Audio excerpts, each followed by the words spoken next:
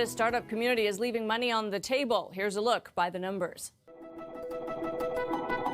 Canadian startup communities, including Toronto, Waterloo, Vancouver, and Montreal, missed out on $66 billion between 2019 and 2024.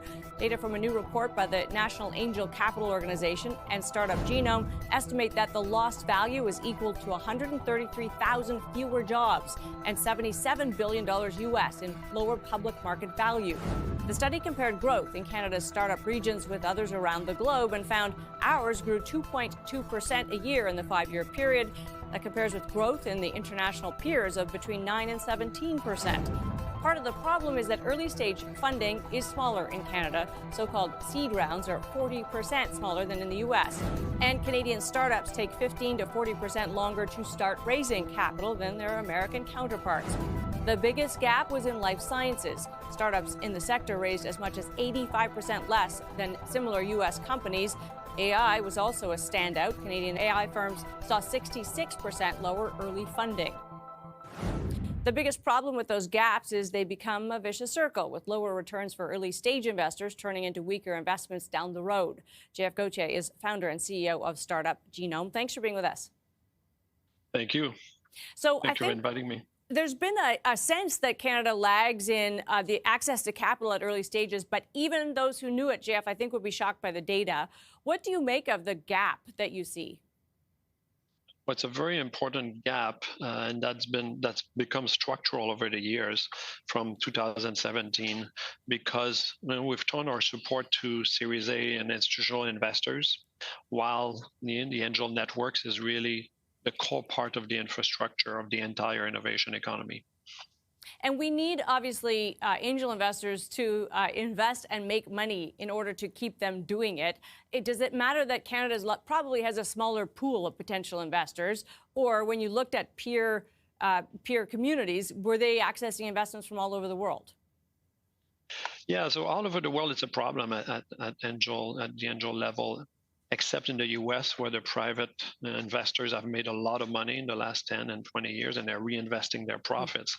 All over the world, the governments need to continue to support the angels, leverage the public money into private money, or vice versa, right?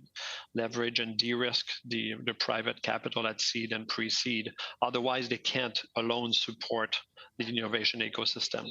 And this is the entry of the funnel. This is where you start creating fast growth towards a big Series A, Series B, and an exit that creates economic impact. So if you have a big gap, then growth slows. Fewer make it to Series A, to Series B, you have less exits, and that's where you would get this huge gap in growth that we've seen in Canada compared to the peers. How much does it matter where the money comes from, JF? How much does it matter if we want Canadian champions and large Canadian businesses and a healthy ecosystem, that early stage funding is also Canadian? Well, it's very important, but it's always hyper-local pre-seed and seed all over the world, right? Seed investors in Silicon Valley don't invest, except if they're institutional investors. The angels don't invest in another country, in another city. It's very local. So therefore, it will come from local investors, and therefore they need to be supported, because if they're not able to play their important role right now, we need to support them. And that's what the government needs to do. And if we want to take those jobs, right, and we're talking about 133,000 jobs that we could have had if we had continued to grow at the normal pace, we can create those jobs by investing in the infrastructure in the right way and unlock the $66 billion. That's really ours. We can have this market share. We have the innovation power, we have the entrepreneurial power, and now we need the support from the top of the funding funnel. Is there something simple the government can do? Is it as simple as restoring previous tax credits, or are there things that you're suggesting would make it offset some of that risk that we're talking about for seed investors? Yeah, this is an important angle. So what we see is, of course, the money that went into the fund of funds flow with the private capital to instruments that have higher return, which is Series A, Series B plus rounds, and they underinvest in seed, right? Because the return is low. That means those private angel investors are getting low returns. And in order for them to invest more, it would be good for the government to de-risk their investments, might potentially look at investor tax credits, but not at the individual angel level. What you want is facilitate grouping. That's where you build capacity, expertise. You have a lot of deal flow. You write bigger checks faster, which is what we need. And therefore, doing an investor tax credit through the angel sidecar fund would be a good way to go. And that's where the money should go to. It builds up groups, and this is part of the core infrastructure of well-functioning and fast-growing startup ecosystem that produce fast-growing startups. All right, we'll leave it there. JF, so good to have you with us. Appreciate your time. Thank you. JF Gauthier is founder and CEO of Startup Genome.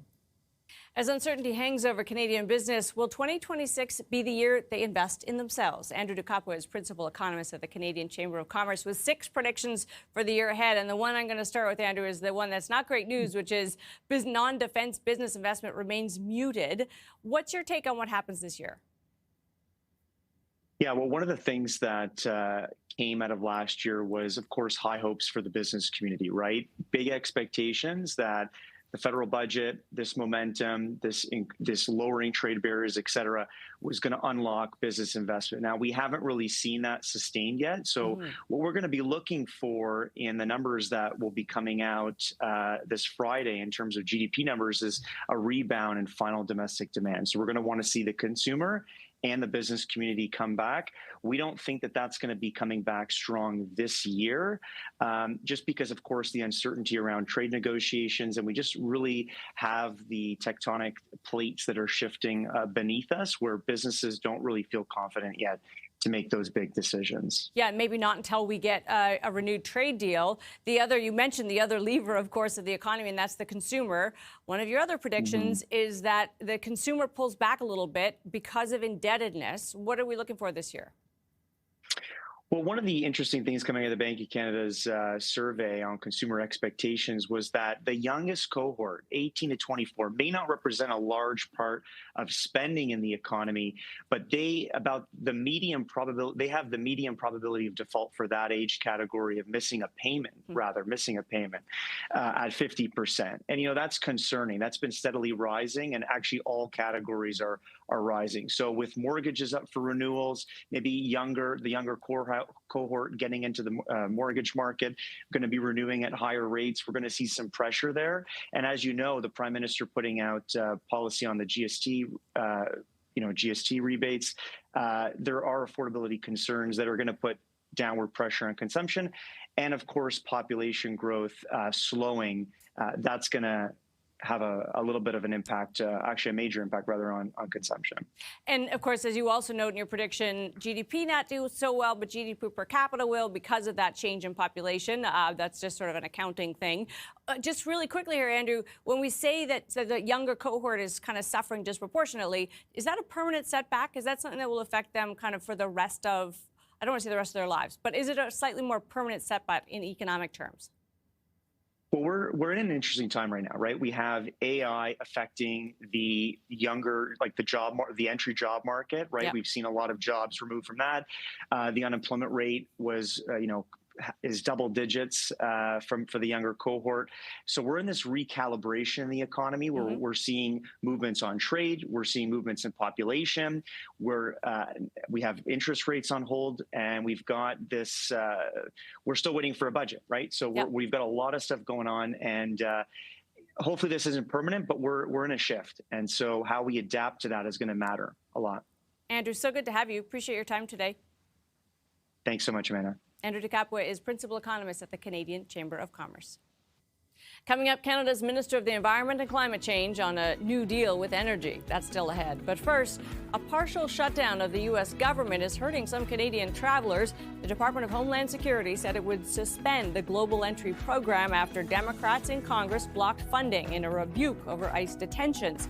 At first, DHS threatened to end all TSA PreCheck, which would have affected American travelers, but stopped short of that for now. It does mean Canadian Nexus card holders traveling to America will lose that express line in case they needed another reason to avoid the country altogether. We're back after this.